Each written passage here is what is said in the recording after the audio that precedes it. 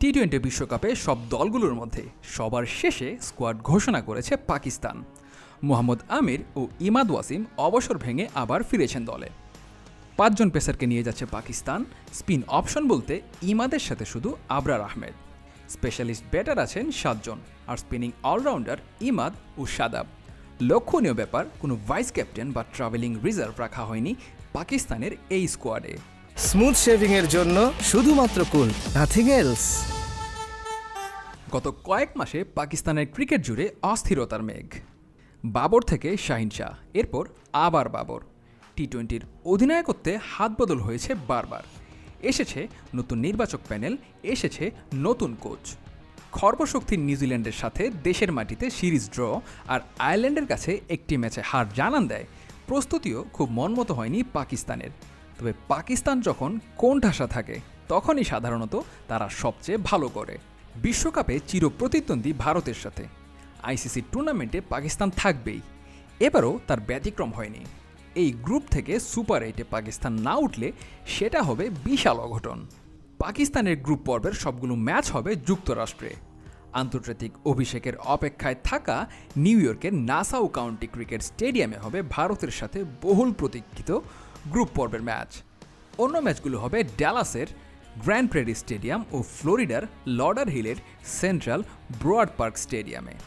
এই 3টি স্টেডিয়ামের কোনোটিতেই এখনও খেলেনি পাকিস্তান। এই পাকিস্তান দলের মূল শক্তি অবশ্যই তাদের পেস বোলিং। নাসিম শাহ বিশ্বকাপে চোটের ধাক্কা কাটিয়ে আবার ফিরেছেন দলে। পিএসএলেও 11 ম্যাচে 15 উইকেট নিয়ে দিয়েছেন ছন্দে ফেরার আভাস। তার বোলিং বড় প্লাস পয়েন্ট হবে পাকিস্তানের জন্য। মোহাম্মদ আমির ও ইমাদ ওয়াসিমের অভিজ্ঞতা কাজে দিতে পারে দলের জন্য। দুজনেই পিএসএলে মোটামুটি ধারাবাহিক ছিলেন। ইমাদ একমাত্র বাহাতি স্পিনার হিসেবে এক্স ফ্যাক্টর যোগ করতে পারেন এই দলে, যেটা মিসিং ছিল পাকিস্তানের ওয়ানডে বিশ্বকাপ দলে। শাহিন শাহ, নাসিম, হারিসদের নিয়ে পাকিস্তানের বোলিং টি-20 অন্যতম সেরা। পরিসংখ্যানও বলছে 150 রানের বেশি ডিফেন্ড করায় এই ফরম্যাটে সবচেয়ে বেশি জয় পেয়েছে পাকিস্তানি।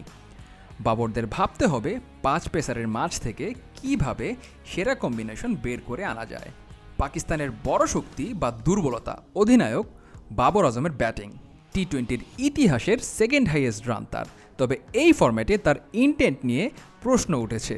যদিও 2023 সাল থেকে আন্তর্জাতিক টি-20তে বাবরের স্ট্রাইক রেট 142, যা তার ক্যারিয়ার স্ট্রাইক রেটের চেয়ে অনেকটাই বেশি। যার মানে বোঝাই যাচ্ছে বাবর আগের চেয়ে আগ্রাসী ব্যাটিংয়ের চেষ্টা করছেন। তবে বাবর রিজওয়ানকে বাদ দিলে পাকিস্তানের ব্যাটিং নিয়ে আছে বড়সড় প্রশ্নচিহ্ন। ওপেনার সাইম আইয়ুব পিএসএলে ভালো করলেও আন্তর্জাতিক ক্রিকেটে এখনও তার সামর্থ্যের পরিচয় দিতে পারেননি। 21টি টি-20 খেলেও এখনও কোনো 50 নেই তার। স্ট্রাইক রেট আর গড়ও বলছে এখনও নিজের সামর্থ্যের জানান দিতে পারেননি দেশের হয়ে। অন্যদিকে দল হিসেবে টি-20তে পাকিস্তানের ব্যাটিং খুব ভরসা করার মতো নয়। 2022 সাল থেকে আইসিসির পূর্ণ সদস্যদের মধ্যে একমাত্র পাকিস্তানি এখনও 200 রানের বেশি টার্গেট দিতে পারেনি প্রতিপক্ষকে।